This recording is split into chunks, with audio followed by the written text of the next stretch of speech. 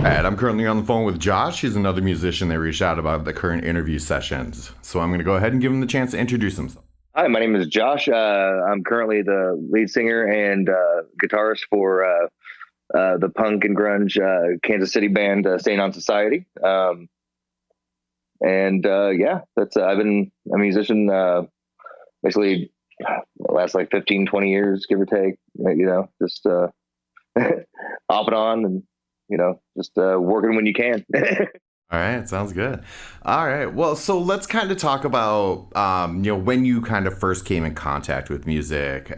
How old were you when you feel music kind of set into you and made you realize you wanted to pursue it?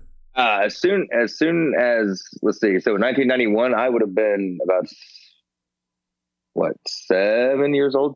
Black Album. Just I probably like any kid, any dude my age, right? Like a lot. But Black Album, man. That started me right there. I think Wherever I May Roam was the first track I ever heard from that, and that was my first segue into like any kind of like rock or metal or anything. And then just kind of blossomed from there. Metallica still has a very big influence on me as a musician. So.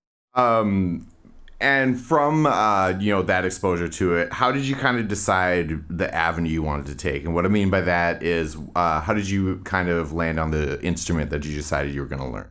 It just kind of found me. Like because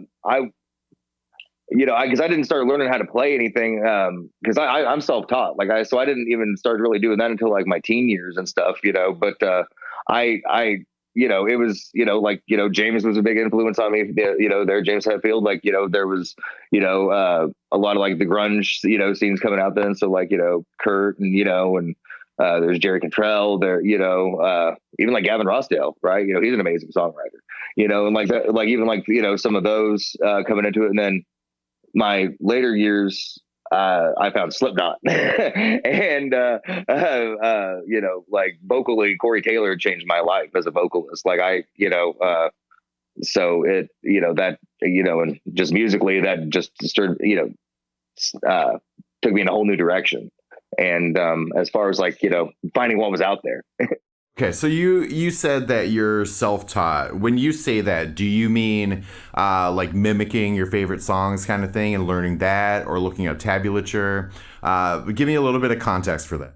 Yeah. Just like, so I didn't really have like I didn't go to like lessons or anything like that. And I still actively like, do kind of do the same thing even now, just, teaching myself stuff, from the internet, like, but back then we didn't have that, so yeah, it was harder to so yeah, just like, you had to like, either, mimic what you saw, or like me, like I had my first band when I was like 15, but I was in, I was only a singer, I was a screamer, a vocalist, whatever. And so I learned by watching my guitar player in that band, a little bit. And, just over, so I just learned on, like mimicking, learning tabs to different, songs, and just kind of taking it from there and just building my own style. And Okay, so I may have incorrectly assumed that you consider yourself more of like a primary instrumentalist over a vocalist. Do you want to take a moment to clarify that? yeah, I actually, to be honest with you, I actually the bands that I've been in over the years, I've always been a vocalist up until this previous up until this current one, actually, that I'm doing. And then this is kind of like more or less my baby project, so to speak, I guess, as far as that goes. This one is like, yeah, exactly. Like over the years, I've just been mainly a vocalist in like metal bands and stuff like that.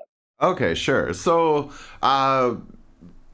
tell me a bit about the process that you took to kind of begin the steps of bringing a band together. From the way you describe it, I assume you didn't do like concert band or choir inside of the school system. So I imagine it was all kind of outside of that, like in your circle of friends. Yeah. We all like kind of just like, it just kind of fell together. Like a couple of us were in band. Like my the guitar player, the drummer, they were in band. But like past that, like me and the bass player weren't. We just kind of all just a core group of friends, like just having to play music. You know what I mean? It just and like the same stuff. So. Okay, and so how many kind of iterations of bands do you think you've been through with that kind of being that dynamic where people leave, you got to replace whoever. How many different lineups do you think you've gone through? Oh man, like I don't know, not as many as some, definitely, as far as that goes, but like probably like, oh, I don't know, like over the years, because I don't know, I've had like hiatuses over the years too, so I'd say like maybe like six or seven, probably, give or take, just as far as like projects that I've worked and done, and just yeah. Okay, and though it's not always the case, I assume with you being the vocalist that you're the front man for the projects that you've been in. Sure, yeah. Okay, so what would you kind of describe is the most difficult part of keeping musicians together and engaged in a project? Oh wow. Everybody has it has to be a team effort. Like it really does. As much as one guy may write a song, the songs primarily, or as much as one person may do this primarily, it still has to be a team effort. People still have to agree. And once people stop doing that, or once people start stop losing interest in it, or it becomes no fun, then that's when you start losing people and stuff. And or if egos getting in the way, that kind of takes that too. And it and like I guess a good rounded definition would be like a toxic like environment, that's so that can be something different for everybody, depending on what it is. But you so in order to have something that works, you can't have that, like, so it I think honesty and openness is a very big component that keeps bands together. um With that kind of, and this is kind of just a tangential question, but how important do you think the end goal is to that? So, say there's a couple of people in your band that want to, shoot for the stars, and they're not going to stop with the band until you are globally famous, versus somebody else in your band might not really care and they're just doing it as a hobby kind of thing. How important do you think it is that those goals align? Completely, because I think that's important to discuss, and I say this by learning from experience on this, but I think that's important to discuss, like, right off the bat. But like, say, like, hey, you get four or five guys together, and like, hey, we're jamming and stuff, we like what we're coming up with. But so you start playing shows and and it's like, all right, well, because eventually you're gonna have to talk about, all right, so what, the what if, right, the big elephant in the room of the what if this goes somewhere. And if there's a couple people that aren't really with that or something, then that's when you may need to talk about changing, unfortunately changing your your lineup and everything, which always, that always sucks. Like, no matter what it is, and I've been the one to, that's had to leave, and I've been the one that's, stayed. So I've been in both positions before, and everything. And those are things that need to align, because if someone doesn't want to, do, do the whole thing, then, and it's going to, and it eventually may reach that, then you have to find someone who can or will. Sure, absolutely.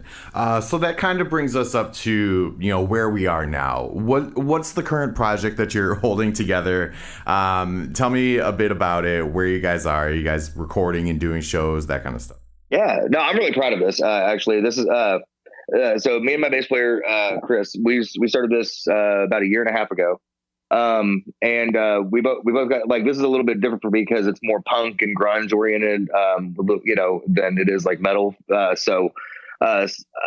me, but it kind of happened all organically. I like a lot of the songs I came into the fold with, I wrote like during COVID and stuff, like just in my apartment alone with like drum loops and stuff on a Bluetooth speaker, like, just, and so just listening to different music all the time, and so usually, like, we have all different kinds of styles, and we have all different, uh it's I don't know, it's something that I'm really proud of. Like I said, it's, and so we we